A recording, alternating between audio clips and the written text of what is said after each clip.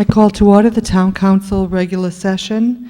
The date is June 10th, 2013, and the time is 7:40. Welcome. If we could please all stand for the Pledge of Allegiance. I pledge allegiance to the flag of the United States of America and to the republic for which it stands, one nation, under God, indivisible, with liberty and justice for all.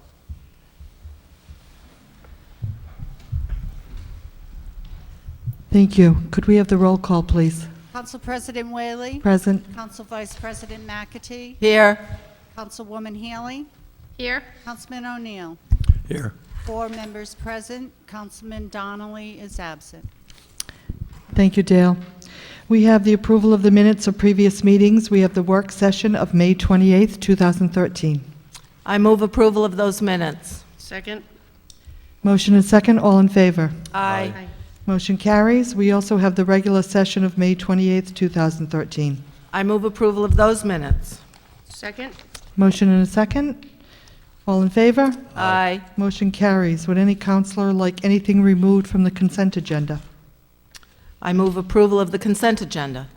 Second. Motion and a second. All in favor? Aye. Motion carries. Which brings us to, there are no licenses tonight, and it brings us to our public hearing. So I'll open the public hearing relative to adoption of the fiscal year 2013-14 position allocation to pay schedule as shown at Exhibit 1 attached here too. And at this time, I'll turn it over to Mr. Alfred. The pay schedule is in substantial conformance with the pay schedule that was adopted as a component of the council's budget for the 2013-2014 year, with 3 exceptions. One is the position of support specialist, system support specialist at grade 8. It's proposed to be removed from the pay schedule. New position of information technology director is proposed for insert at grade 16. And the position of finance director will be restructured from a grade 19 to a grade 18, therefore allowing for the removal of the grade 19 from the position and pay schedule. Those are the only changes. The overall increase in the schedule is a 2% increase for each of the grade levels over the current year, the 12-13 pay schedule, other than those 3 adjustments. I'd be glad to answer any questions council may have or the public may have relative to the schedule. Any questions here for Steve? Seeing none, I'll have a motion. Actually, no questions from town council. At this time, I'm going to open the microphone for any questions from the public. Seeing none, then I move that we close the public hearing. Motion to close the public hearing, a second? Second. Motion and second. Any further discussion? All in favor? Aye. Motion carries. Public hearing is now closed. And can we have a motion, please? I move approval of the position allocation to pay schedule as shown in Exhibit 1. Second. Motion and second. Any further discussion? All in favor? Aye. Motion carries. Which brings us to communications. This is a communication dated May 30th. It should be 2013. We have 3013. Well, they might know something we don't. I don't think we'll be around. From Joanne Silva Noka, I hope I pronounced that correctly, First Church of God, Peacedale, inviting a council representative to attend their 85th anniversary celebration on October 5th, 2013, and requesting a proclamation of recognition is received, placed on file, and the town council further directs. We discussed this at the work session, and Dale, you're going to contact Joanne Silva Njoko, I don't know how you say that, from the First Church of God, and to put together a proclamation. And somebody from this table will show up on October 5th, 2013. Second. It's a motion and a second. I just want to, if Joanne's watching, I will not be able, I'll be out of state, so I will not be able to attend, but I'm sure there'll be somebody there from the town council. So we have a motion and a second. Any further discussion? All in favor? Aye. Motion carries. Communication B is a resolution adopted May 20th, 2013 by the Middletown Town Council in support of the Municipal Road and Bridge Revolving Fund is received, placed on file, and the town council further directs. We discussed this at the work session, and we all agreed that we need more information regarding the Municipal Road and Bridge Revolving Fund and what the plans are for it. So for now, we're going to place it on file. That's what I move that we place it on file. Second. Motion and a second. All in favor? Aye. Motion carries. We have Communication D, which is a resolution adopted June 3rd, 2013 by the Hopkinton Town Council in opposition to General Assembly Bill S-322, an act relating to taxation levy and assessment of local taxes that would prevent a municipality from taxing a new single-family dwelling unit or residential condominium unit at its full and fair cash value for as long as said new dwelling or condominium unit is not occupied, has never been occupied, and is on the market for sale, is received, placed on file, and the town council further directs. We also discussed this at the work session, and I believe the feeling was that a private homeowner who was building their own home in comparison to a builder building several units would be disadvantaged. And so we've agreed to support the opposition, along with the Hopkinton Town Council, of the General Assembly Bill S-322, and we also would oppose House Bill 5394, and I move that we support this resolution with those added amendments Yeah, with the House bill. I'll second that with the amendment of the House bill. Motion and a second. Ready to vote? All in favor? Aye. Motion carries. Next item on the agenda is comments from interested citizens. This is the time that the microphone is open, and you may come to the microphone and state your name. Welcome. Hi. How are you? Good. My name's Richard Tawani. I live on Glen Rock Road, just a couple of 100 yards from the infamous Dugway Bridge. And I'm concerned about the grass plot that is put in there.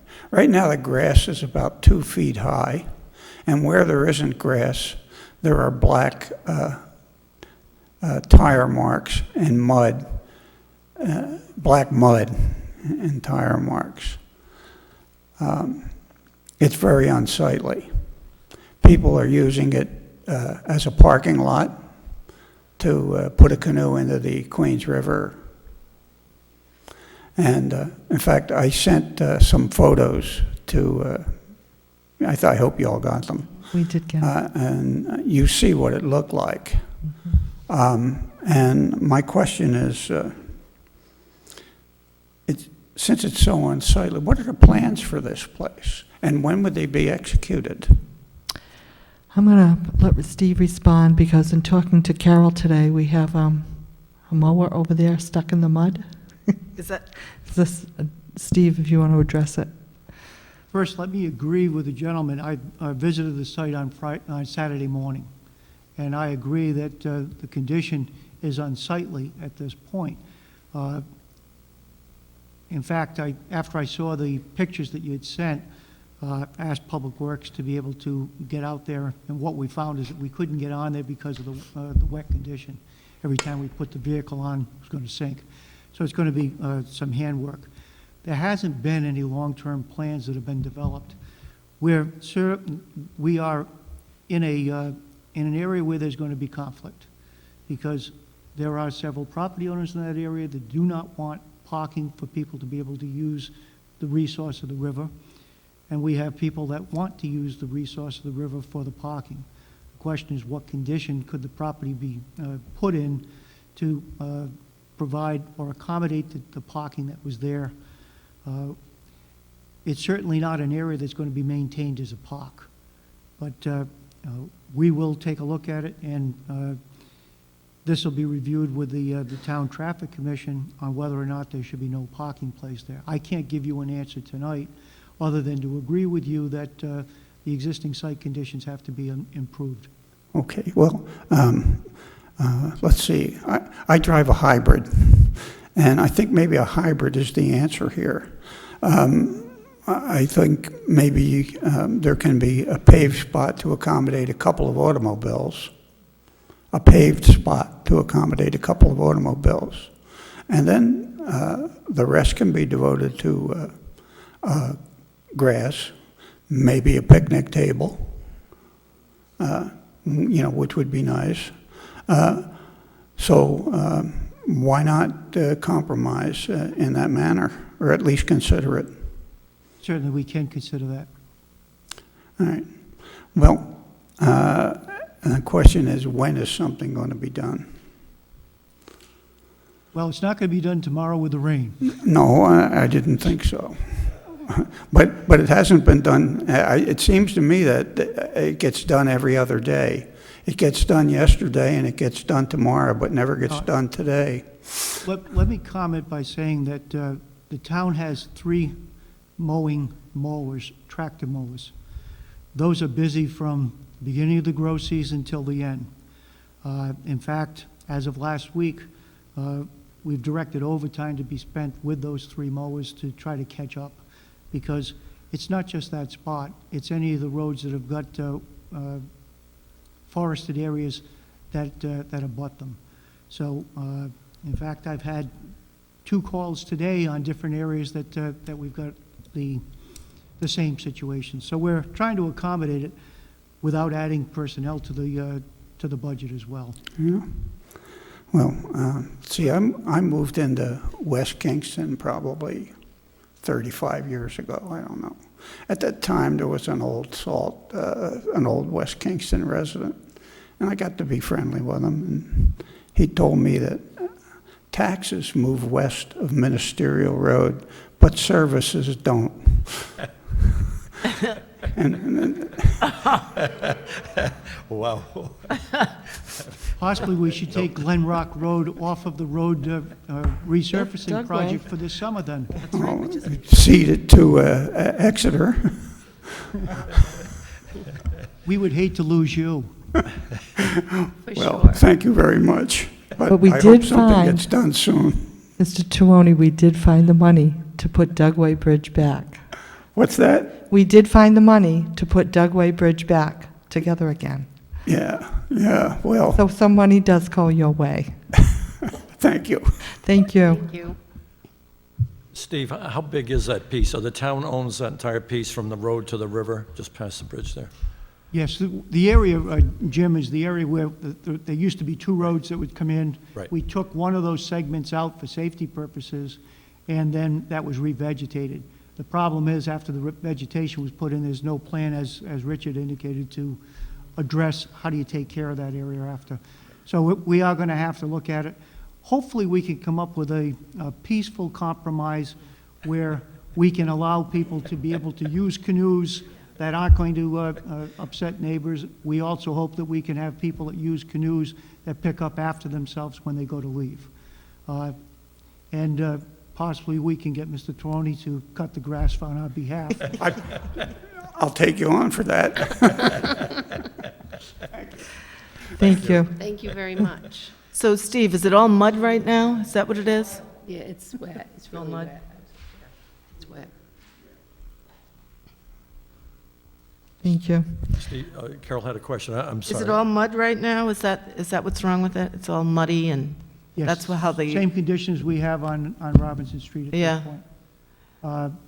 But that area is a little bit different because the grass is still young. It hasn't really seeded well, so that if a vehicle goes on it, it's making ruts, if it's wet conditions. So we're going to be a have nice to do place some for a repairs. parking lot. I think people would like to use that. There seems to be a lot of use down there. Yeah, So we are small. seeing a lot of people that are using that as an access to get Yeah. onto the Queen River. Thank you. Any other comments from interested citizens? If not, there's just a few things that I'd like to mention that happened in our community. I just want to congratulate all of the athletes that participated in the Special Olympics. Congratulations to the athletes, and it was just a wonderful day to witness the joy and the camaraderie and the friendship. So that took place at the bowling alley, and there were many, many medals and a lot of smiles. So it was a joyous occasion. I also want to mention the Waves first baseball game. I think the score was 14-1. That was another fabulous evening for the town. My daughter and I also participated in A Place to Grow, which is a preschool in town. They had their walk. And on June 7th was the Girl Scout bridging, and we also had Maya Roth receive her Gold Award, and she'll be coming to the Town Council meeting on June 24th to lead the pledge, and we'll publicly recognize her. We had the RIPTA meeting on Monday, and a couple of dates that are coming up. We have June 25th on Tuesday. It's going to be on the agenda, the Coastal Resources Management Council public hearing. And for Town Council, we have the Town Council URI Town Gown meeting. Remember, June 20th at 4 o'clock. And moving to the future, in one of the minutes that I read, the Corvette Show on July 28th. So mark your calendars. I think Carol went to that last year, the Corvette Show. I did? I thought you did. No, I wanted to. I thought I went. You did, okay. I actually wanted to go to the Ferrari show at the Ocean House. But we won't go into that. And I just have one question. Is there a date for the Music for Life? And somebody can get back to me, I don't know. Music for Life, which is the American Cancer Society, do they have a date on that, or still working out the finalities? Okay. Any other comments from town council members here at the table? Jim? Yeah, Steve, how did we leave at our last meeting, a resolution on the wind machines, wind power? We turned down a communication item. We were going to offer one of our own. I can't remember how we left it at the last meeting. I think that the planning board was supposed to be reviewing the zoning ordinance as far as siting availability. I think the legislation that had been introduced would have allowed for wind turbines to be located on any property that was designated for farm purposes. So if a farm could exist on multiple zones in town, it would be eligible for the wind turbine. I think that the planning department, through the planning board, was tasked with the responsibility to come back to the council if something needed to be changed in our ordinance, or whether there was state legislation that we were going to propose. Yeah, I guess maybe I spend too much time reading newspapers, but I see more and more experts overly concerned, but I think logically with the wind power farm proposed off of Block Island, and these are very bright people, people who've been in the industry, and but I'm just debating whether we should be working with Narragansett on this and our fellow neighboring communities, because if we're worried about jobs in the economy, the costs that have been put in place here by the PUC, future costs, are just outrageous. And my goodness, you see what we can buy water power generated in Canada from the hydro, Quebec Hydro. I mean, there's just no comparison here. If we're worried about global warming, my gosh, Canada's going to have more water than we know what to do with. But I'm very concerned that we don't have the right information here to make decisions on any of this right now. We certainly know we need all kinds of renewable resources, but there's something wrong with the cost structure here. Something terribly wrong. Yeah, I mean, as you recall, the General Assembly provided the bill that directed National Grid to pay for the power that would come from that wind turbine at an extremely high cost. In fact, a month ago, I gave you the information that was forwarded from Narragansett relative to this issue. If you want to expedite this, Jim, I would suggest that council request the planning board to provide them with their first opinion as far as what actions, if any, should be taken to determine whether the council is comfortable with the posture that that board wishes to take at this time. If that's possible, I just don't know how many experts can be called in. Even planning might have difficulty doing that. You know, an awful lot of businesses in the state use electric power, and that cost is just, as you know, what we've done for saving money in this town. You know those costs are exceptionally high. And I keep thinking back at, was it Meridian at URI? They were going to have the hundreds of thousands, 500,000 gallons of oil on campus and transmission wires going through the state. And, you know, it would have been a great boon to Wall Street, but not to the ratepayers. And this has got me terribly concerned. That just too much is missing here. We can continue also to ask Narragansett to share information with South Kingstown, and when they have their hearings, we can so advise council if you want to. Yeah, appreciate that. That would be good. Thank you. Any other comments here at the table? We'll go back out to the audience one more time. Any comments from interested citizens? If not, I'm going to move on to the town manager's report.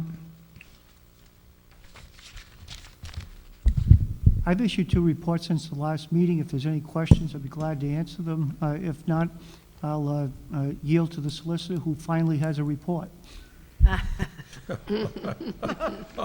Oh, good. That's how, you don't want to hear from your lawyer unless it's good news. That's So- true. There you go. So as you know, I sent the memo out last week. The Supreme Court denied the petition for writ of certiorari for Village Liquors, which in effect affirmed the lower court, Superior Court decision, Judge Silverstein, reversing DBR and upholding the decision you all ultimately made, which was to deny the liquor license to Village Liquor on the grounds that there were none available. You all know that to say that I was surprised when the hearing officer at DBR reversed your decision would be an understatement. And to this day, I do not understand why, other than the fact that that's why there's due process. And fortunately, we were able to go to court from there. And the reason I say that is because the issuance of liquor licenses is one of the truly most local powers that a town or a city council has. You have the right to control the service of liquor in your community. You have the right to establish the number of liquor licenses. Each community is different, as you well know. Everyone has different limits. And that power to control the service of liquor has been a local power going back since the days that Prohibition ended. So, in any event, in the end, everything worked out well. We had 2 courts who agreed with local power. And not only is this obviously good for South Kingstown, because it affirms your right to decide, but it also sends a message out there to municipalities throughout the state of Rhode Island, because again, it reaffirms the local council's authority to decide whether or not to issue those licenses. Going forward, you may or may not decide to create a 5th license because you need to do so, but that'll be your choice or the choice of the council that follows you. It'll be after you hear it, after you decide what's best for the community. So that was the good news that I had to tell. We appreciate that. That was good news. Jim? Yeah, Mike, I don't know how these things work, but does one justice on the Supreme Court out of 5 take this under review, or do they give it to a clerk? Who looks at this? It's looked at, there's something in the Supreme Court called the Appellate Division that actually reviews everything that comes up. They summarize the case and they give the justices of the Supreme Court their synopsis of the case. All 5 of them decide whether or not they're going to take the case. It's not just one. Who's on the appellate division? Oh, it's just attorneys. It's attorneys that work for the Supreme Court. So, but that, again, any case that comes up to the Supreme Yeah. Court, they go through it. It's called the Appellate Screening Unit, and really what it does is it helps the Supreme Court keep track of all its cases and again, get all these synopses of what the cases are all about. Okay, all right, thank you. Any other questions for Michael? Thank you, Michael.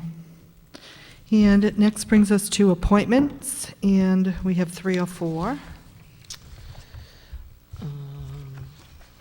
Okay, I move that we reappoint Keith McNamara for the Partnership for Prevention. His term would be a 3-year term. It would go from June 2013 to June 2016. I second that motion. We have a motion and a second. All in favor? Aye. Motion carries. And I also move that we reappoint Janice Prochaska to the Recreation Commission for a term of 3 years. Her term expired June of 2013 and will go until June 2016. Second? All in favor? Aye. Motion carries. And I move that we reappoint Michael Sherry and Ronald Smith to the Waterfront Advisory Commission. Both of their terms expired in June 2013, and both will be reappointed for a 3-year term until June 2016. Second? Motion and a second. All in favor? Aye. Motion carries. Thank you. Next is new business 13B.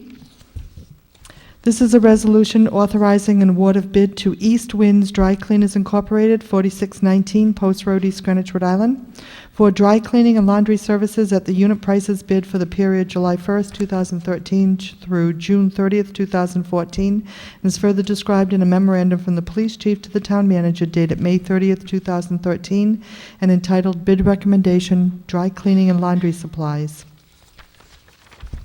The recommendation from the police department is to award to East Winds Dry Cleaners. 2 bids were received. Of the 16 bid items that were within the bidding documents, each of the firms had was low on 7 of the items, and they tied on 2. The most important items for cleaning are the uniform shirts and trousers, as well as the civilian shirts and trousers. Based on a review of the use of the cleaning services, it appears that the East Wind Dry Cleaners is the lowest qualified bid. They're also the vendor of record. We'd recommend that bid be awarded to them as presented. Thank you, Steve. Can we have a motion, please? I move approval of new business item B. Second? Motion and second. Any further questions? All in favor? Aye. Motion carries. New business, item C, is a resolution adopting all enterprise and special revenue funds as presented in the 2013-14 final town council budget approved April 29th, 2013, in accordance with the South Kingstown Town Code, Chapter 6 Finance, Article 1. In general, Section 6-1, Financial Management Procedures, said funds identified as follows.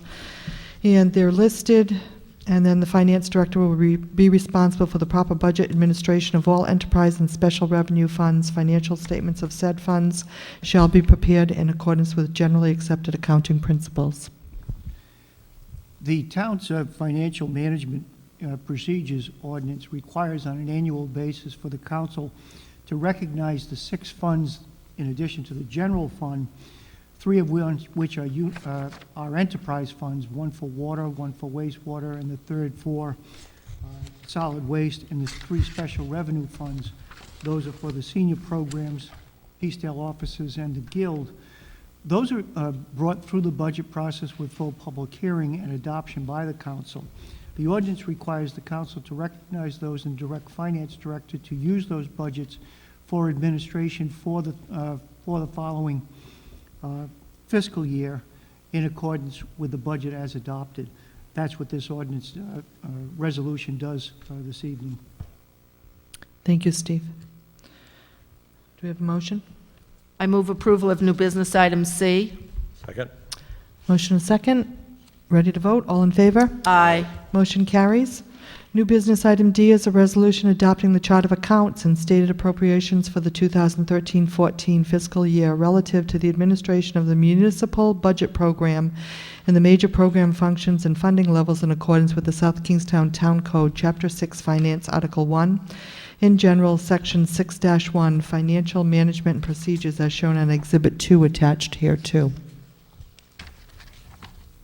As noted on the Exhibit 2 within the budget is presented by major program functions.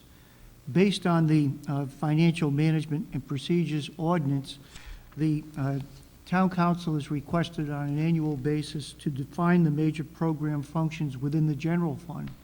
Major program functions, there are 10 of those, and they reflect different general areas within the municipal budget. One being general administration, second, public safety, third, public services or public works, fourth, the human service agency transfers, fifth, recreation programs, sixth, library programs, seventh, really the internal operations of the general fund, including insurances, contingency, and employment benefits. The eighth is the function of capital improvements, and ninth, debt service, and 10th, the transfer to the school fund. Each of those are areas that, based on the ordinance, once adopted by the council, the manager would have the ability to move money within each of the program areas. If there was a necessity to move money from a specific major program function to another major program function, it would require authorization of the council. So this provides direction to the finance director on how to manage the budget in terms of the internal controls necessary to be in accord with the town's financial management ordinance. Thank you. Any questions for Steve? If not, then I move approval of new business resolution D. Second? Motion and second. All in favor? Aye. Motion carries. New business E is a resolution authorizing award of bid to Baker & Taylor Incorporated, 2550 West Tyvola Road, Charlotte, North Carolina, for the purchase of books for the South Kingstown Public Library for the period July 1st, 2013 through June 30th, 2014, in an amount not to exceed, and I believe we're changing that, Steve, from $76,000 to $82,000. And as further described in a memorandum from the library director to the town manager dated June 4th, 2013, and entitled Bid Recommendation Book, South Kingstown Public Library. In summary, the recommendation from the library director is award to Baker & Taylor. There were 8 submittals this year for the purchase of books. The 3 lowest qualified bidders, Baker & Taylor, Bodott, and Ingram, we've provided you with a comparison of what the discount prices are. This is a bidding procedure whereby the companies provide us with what the discount will be from the face value of the books that we would acquire.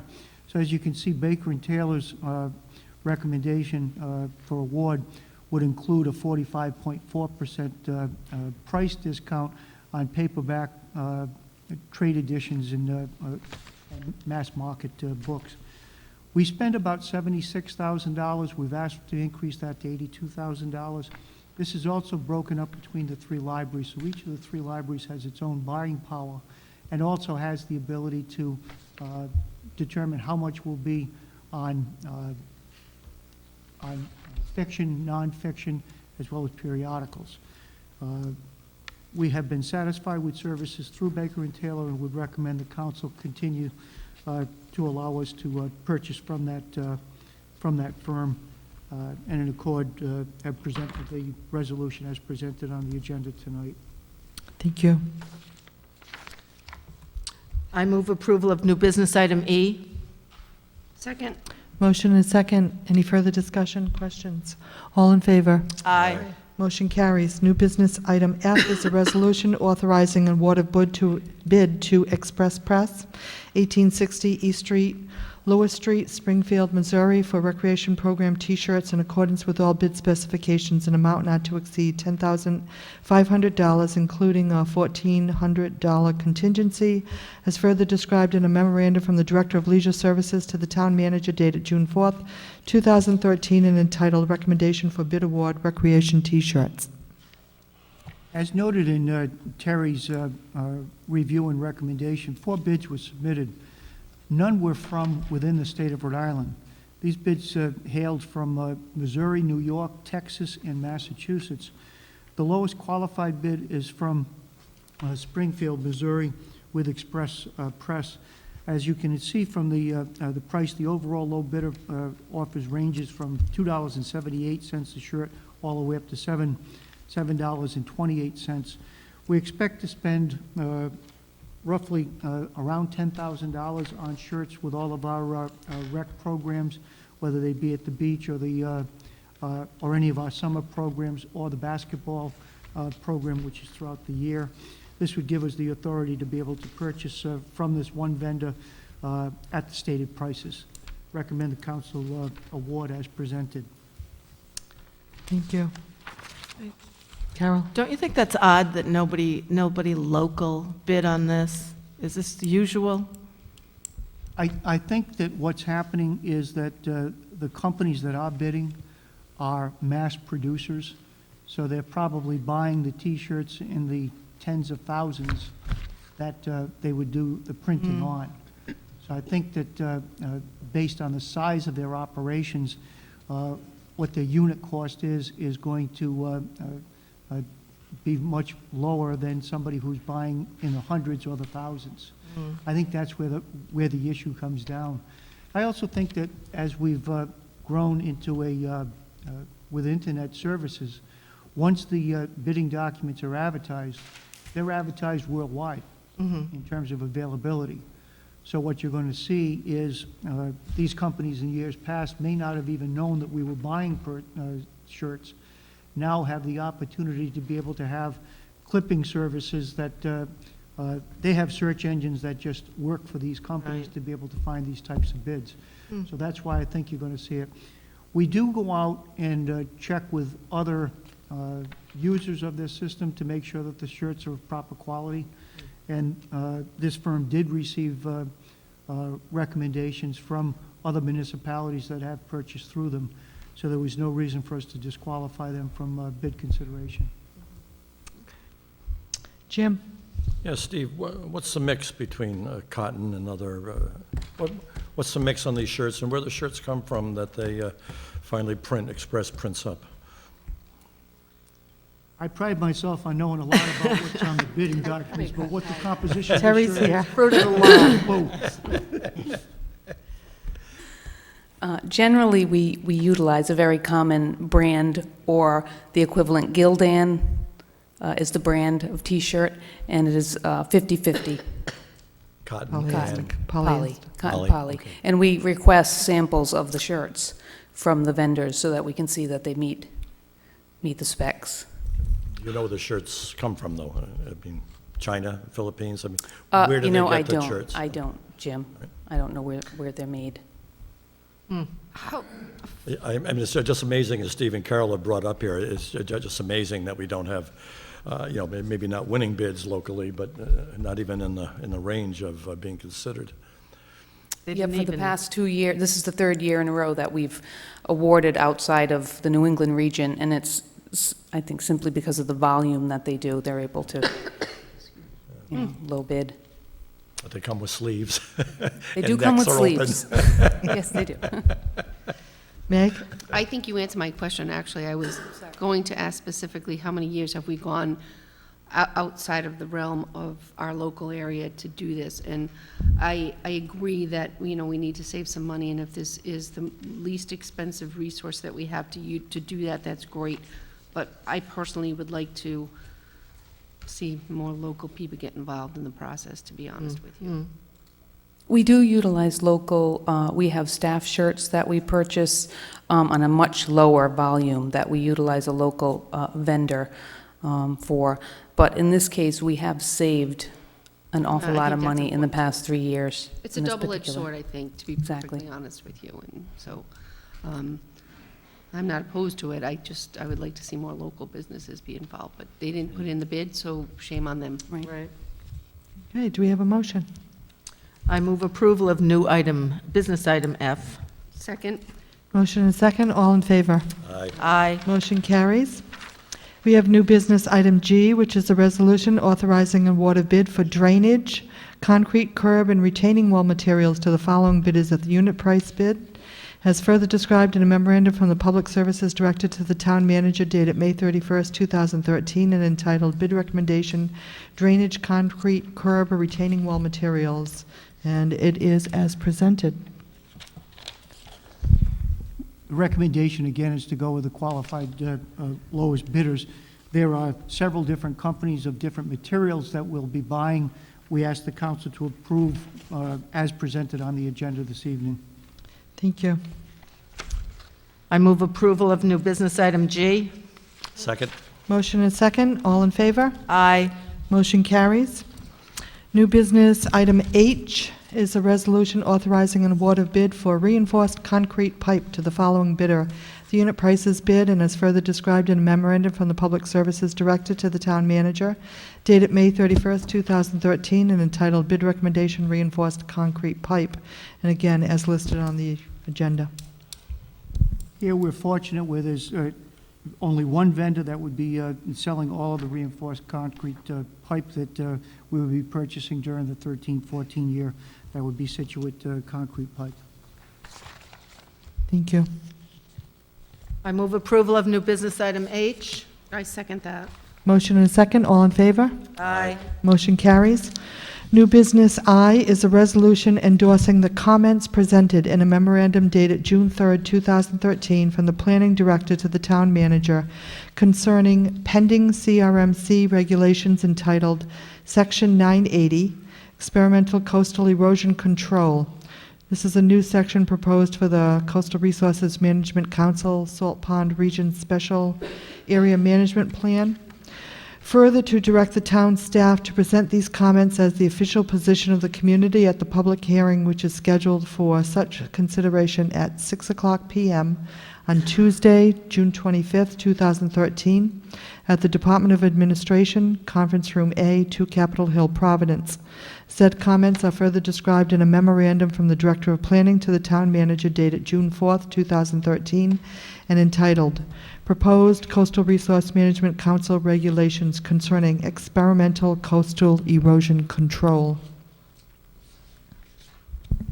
As I had mentioned in the pre-session with the council, there's really 5 issues within this memorandum that Vin has prepared.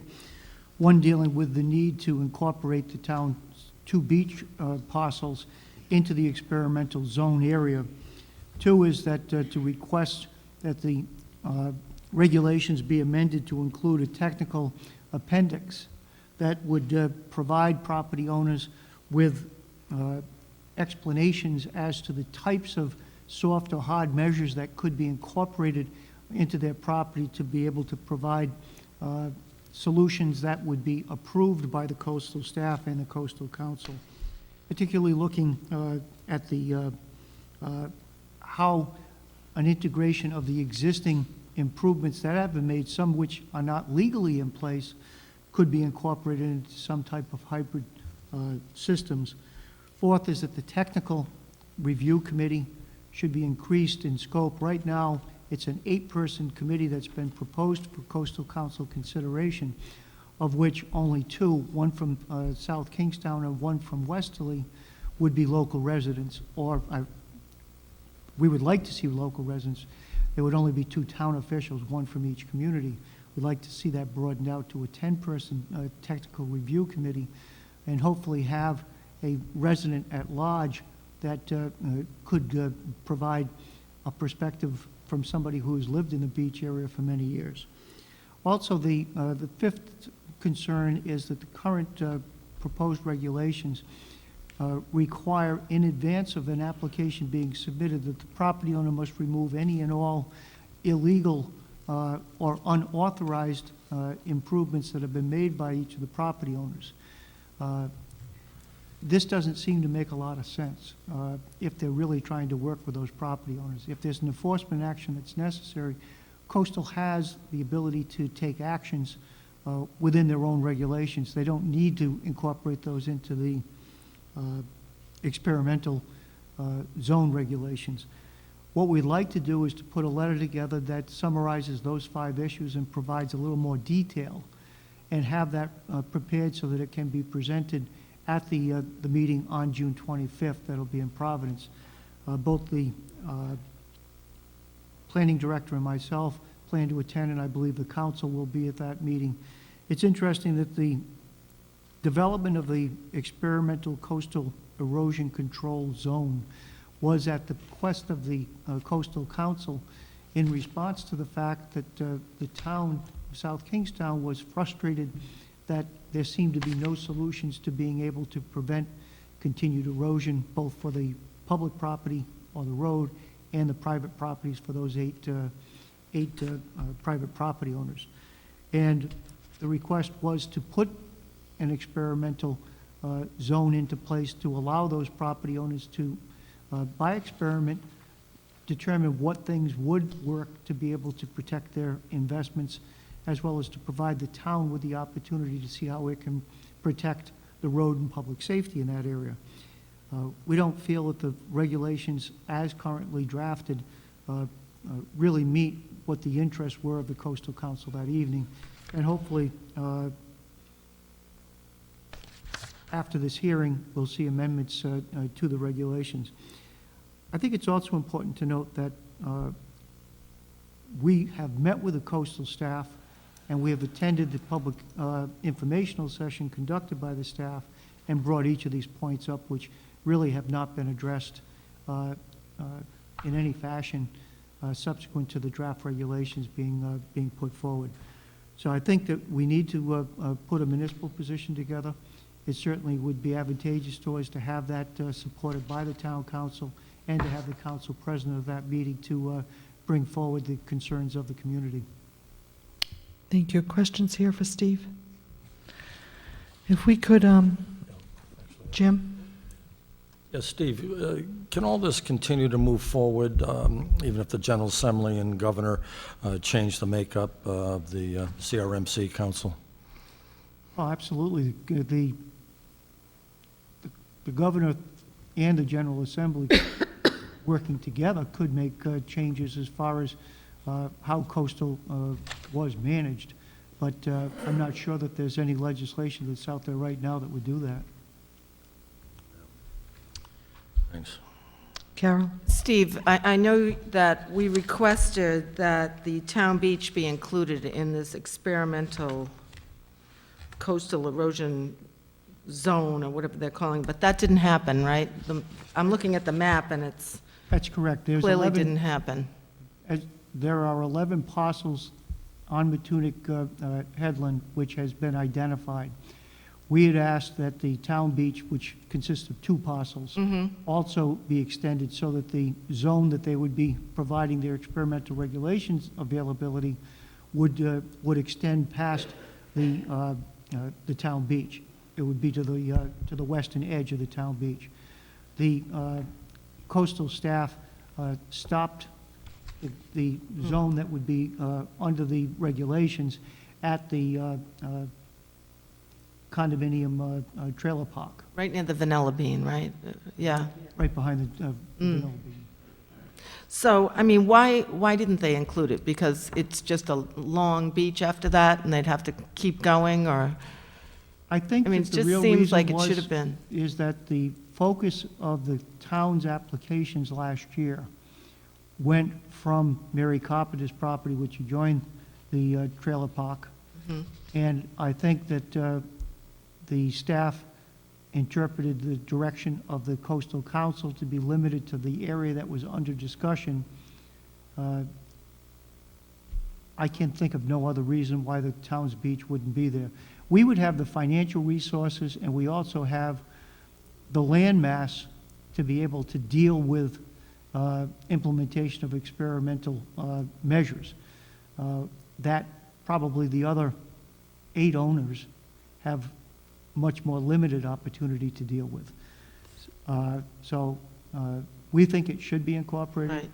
We've asked them about that on both the occasion when we met with them in an initial meeting as well as at the informational meeting, and the regulations really have not changed since the initial review was made. We also, I just want to add this, that we also said that we'd like to invite some of the legislators, so if we could put that request in so that they be contacted on this public hearing. And the only question that I had, have the property owners been notified also? Because I would like to see some attendance. Do you know if they're aware of this public hearing? I'm not aware if they received specific notice. I think that they are aware of the regulations. Vin?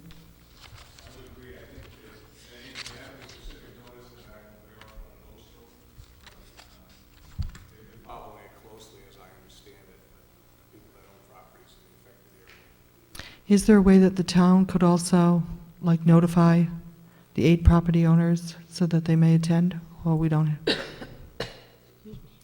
We could provide that notice if Coastal has, and I think they have.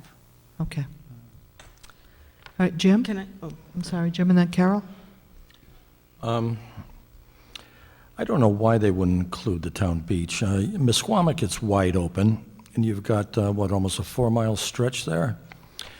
And it kind of bothers me that they're not letting the town experiment with this, because when you think of those other 8 properties, you've got the rocks, revetment, everything else there. It's 2 different beachheads there.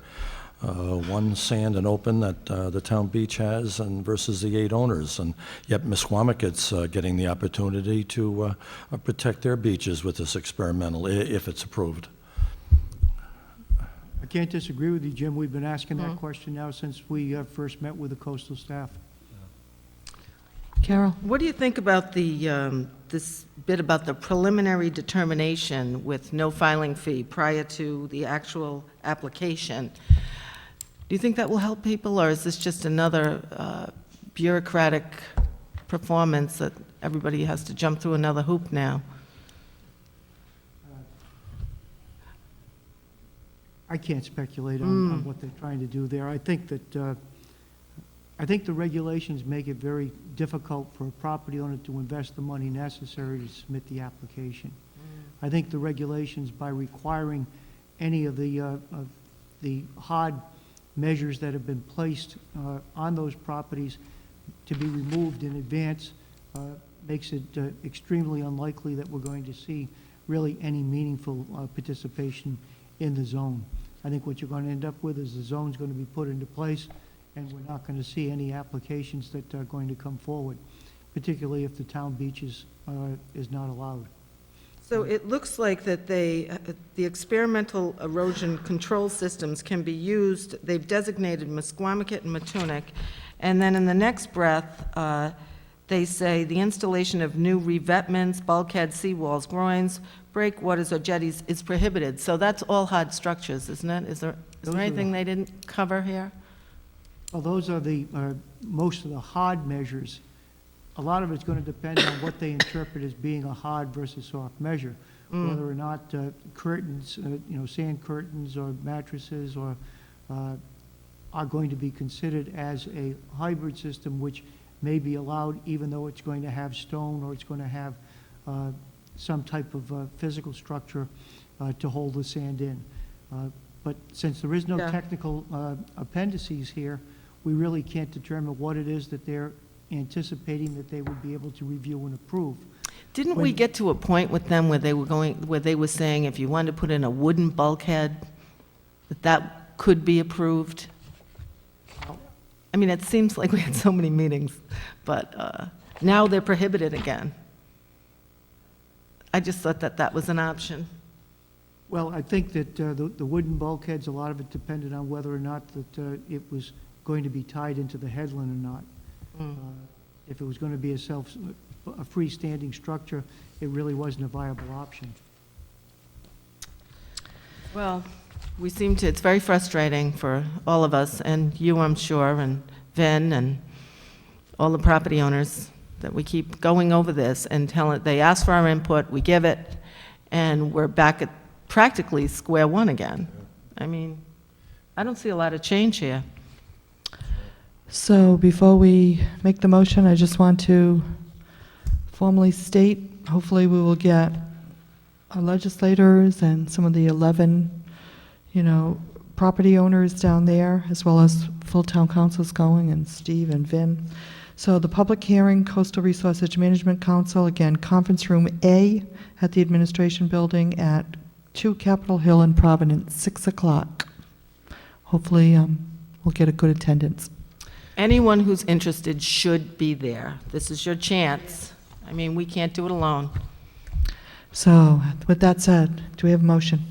Jim, I'm sorry. I had one more question for Steve. Not being a conspiracy theorist here, but I take a look at turning down Our Beach, Willowdell, Roy Carpenter's, and Browning Beach. I think this is all becoming too obvious. We're fortunate everyone along there can move back or just be destroyed. So I'm always worried about the fact that the revetment will hold, and then does the real energy come back to the town beach and chase our new building and chase Willowdell, which we're in the process of moving back here shortly. And the first 2 rows of Roy Carpenter's now back to row 13 and 14, and I'm very uncomfortable that they're not allowing us to use our beach like Musquamicut. Can't agree with you more, Jim. Okay. Okay, well, I move approval of new business item I. Second. Motion and a second. All in favor? Aye. Motion carries. Let's see. What are we on, J? Yes. We have a resolution authorizing an award of contract to the South County Independent, P.O. Box 5679, Wakefield, Rhode Island, for municipal advertising services commencing July 1st, 2013 through June 30th, 2016, with the option to extend for 2 additional years at the unit price bid in accordance with all bidding specifications and as further described in the memorandum from the Deputy Town Clerk to the Town Manager dated June 6, 2013, and entitled Award of Bid, Municipal Advertising Services.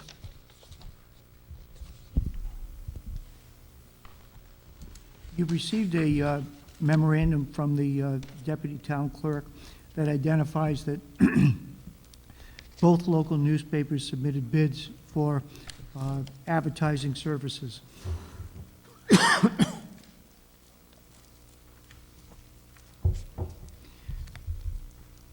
The South County Independent's price for the legal ads, which is legal and classified ads, were 95 cents per column inch, as opposed to 50 cents for the Narragansett Times for the same column inch for the legal. We requested, in addition to the bid price submittal, that each of the newspapers provide certified circulation audits.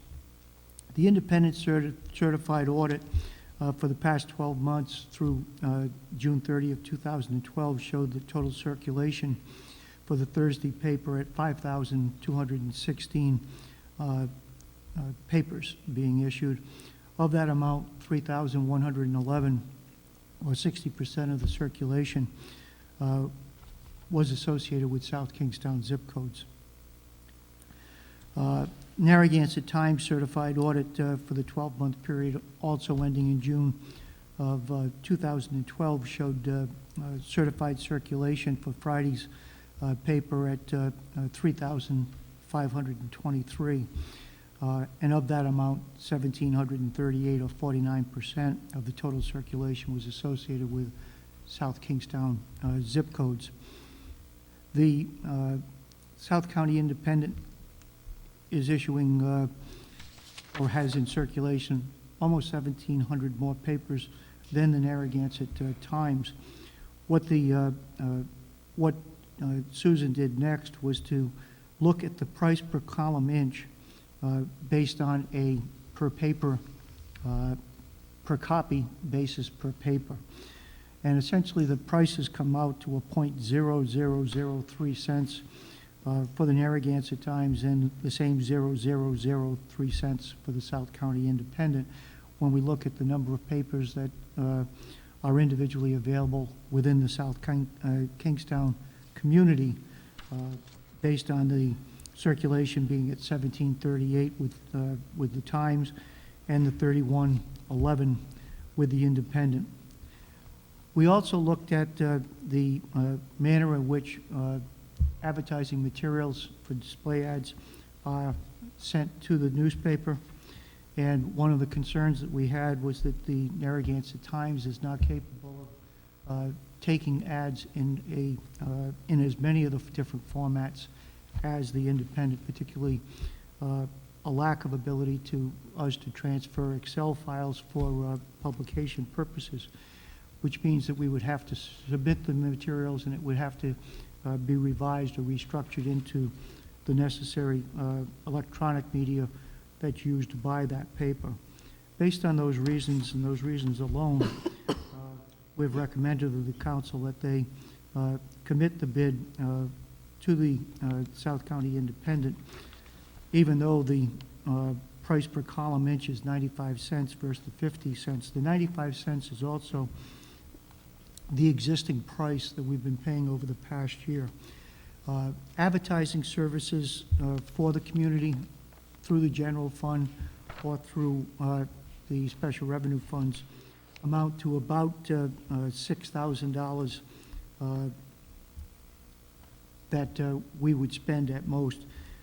Year to date, we've spent around about $5,200 on our total advertising budget. Our objective with advertising is to reach the greatest number of people possible, and we hate to be in the position to have to pick one newspaper over another, but we can't advertise in both, and we have to determine what provides the greatest reach as far as the public review of our legal notices. And as such, the recommendation was to award for the 13-14 year to the Narragansett Times. The bid also allows for an extension for an additional 2 years with this award. The council could structure to accept only for 1 year and have it rebid on a yearly basis. Our recommendation would be to have it for a 3-year period with paper. We want to make sure that once people are aware of where our ads are going to be, that we're not changing on it every 12 months. This is a part of the public record that's necessary by state law as well as local ordinance, and people need to know where to look for the public notices that you direct to be placed in the paper. That's the recommendation. I'd be glad to answer any questions that council or the public may have on this recommendation before you this evening.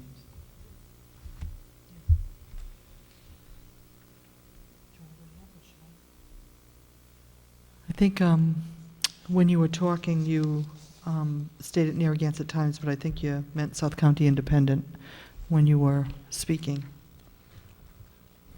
I'm sorry, the recommendation is to For- stay with the Independent. Right. I'm sorry if I misspoke. So, with that said, I'm going to ask for a motion, and I'm going to ask for any comments, and if there's any comments from the public. I usually don't do this, but I am going to do this today. So, can I please have a motion for new business item J? I move approval of new business item J. Second. Motion and a second. Any comments or questions here at the town council table? Could I just ask for clarification, if you don't Please. mind? When you talked about circulation, I'm assuming that's based on subscriptions, correct? Because you can track where they go. That doesn't take into consideration sales from stores or off the shelves. I just want to make sure that I understand it. I believe it also includes the zip codes for where the papers are sold in different stores. Okay, all right, I wanted to understand that. Thank you. Thank you for asking that. Any other comments or questions here at the table? Okay, I'm going to open up the microphone for any comments. Seeing none, we have a motion, we have a second. We're ready to vote. All in favor? Aye. Motion carries. We also have new business, item K. This is a resolution establishing the following fee schedule for emergency medical services effective July 1st, 2013, and amending the town schedule of fees as further described in a memorandum from the Director of EMS to the Town Manager, Chief of Police, and Finance Director dated June 4th, 2013, and entitled EMS Fee Review and Proposed Amendments, and as listed.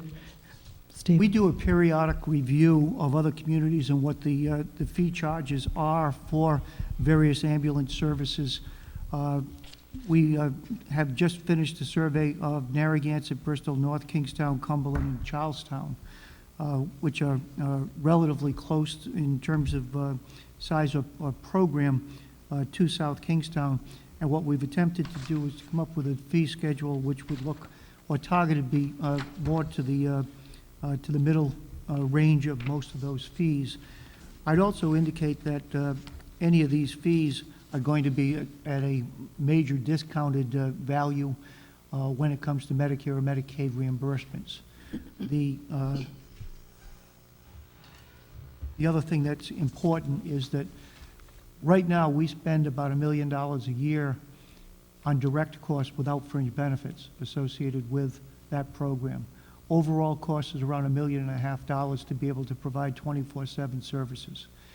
We generate about $500,000 a year that's made available to offset that cost. The rest comes from property taxes. We still operate a system where if somebody is not insured, that their cost is, we do not go after that cost. What we're looking at is insurance reimbursement as well as federal Medicaid, Medicare reimbursement. We may be able to raise $600,000 to $700,000 based on the fee structure and on the frequency of service use in any given year. We believe that the fees are representative of what other communities are charging, would request council endorse and approve this fee schedule so that it can be implemented. Thank you, Steve. Can I have a motion, please? I move approval of new business item K. Second? Motion and a second, and I just hope that none of us will need these services and figure out what these acronyms stand for. I hope I never wanted to use any of them. I think what's more important is for you to never use the service so that you'd have to find out what it stood for. All right. So we have a motion and a second. All in favor? Aye. Motion carries. Last item on the agenda is new business L. This is a resolution authorizing modifications to employee benefits provided to non-union personnel, including holidays and leave, illness and injury, paid leaves, basic wage and salary program, longevity, health, dental, and life insurance program, and uniform eye care effective July 1st, 2013, and in accordance with a memorandum from the town manager to the Town Council dated June 4th, 2013, and entitled Non-Union Town Personnel Fiscal Year 2013-14 Salary Benefits Adjustments. We asked the council to consider adjustments on the personnel benefit program for the non-organized employees. Every time a new contract with the NEA, General Administrative Personnel, is approved. Council approved the NEA contract for the 3-year period of the 13-14, 14-15, and 12-13 year earlier this year. The changes that were made in their benefits we would like to be reflected for the 41 non-organized employees. There's really several or 8 components. One is there was a change in the contract that said if Christmas Eve occurred on a weekday that the dismissal would be an hour and a half before regular close time. That is something that has been town existing practice based on the good nature of the town manager for many years. Apparently they felt that I would say bah humbug and they needed that change in the contract. The second is use of sick leave for family medical leave purposes. Current contract and provisions under non-organized is that 7 days are available for the family sick purposes. This would allow an additional 15 that potentially could be used based on an appeal to the town manager. where I would be able to review what prior sick leave uses had been and whether it was a justified request. There's also definition as to what the family members would be that would be eligible for this type of consideration. Third element was a change in bereavement leave. That bereavement leave was to allow for a day with the death of an aunt or an uncle. The fourth item was the salary for 2, and 2, which was for the 12-13, 13-14, and 14-15 year. The longevity change, no changes in either 12-13 or 13-14 and 14-15. There would be a increase from $114.40 to $117 for years of service. Copay in the 12-year, 12-13 year was 15%. It'll go as of July 1st to 17.5% for the remainder of the 2 years. There'll also be increases from $10 to $15 on specialist visits, on urgent care from $10 to $20, and the ER from $50 to $75 as a copay for the employees. The last item was that a reimbursement of up to $150 once every 2 years for eyewear, prescription eyewear. All of those provisions have been incorporated into the NEA contract. We would ask the council to consider to provide similar consideration for those adjustments for the non-organized workers within the general fund and the utilities and special revenue funds. Thank you. Could we have a motion, please? I move approval of new business item L. Second? Motion and second. Any further discussion? All in favor? Aye. Motion carries. And any other notices or comments before we adjourn? Seeing none? can we have a Motion to adjourn. Second? Motion to adjourn. It is 8:52. All in favor? Aye. Motion carries. We are officially adjourned. Thank you.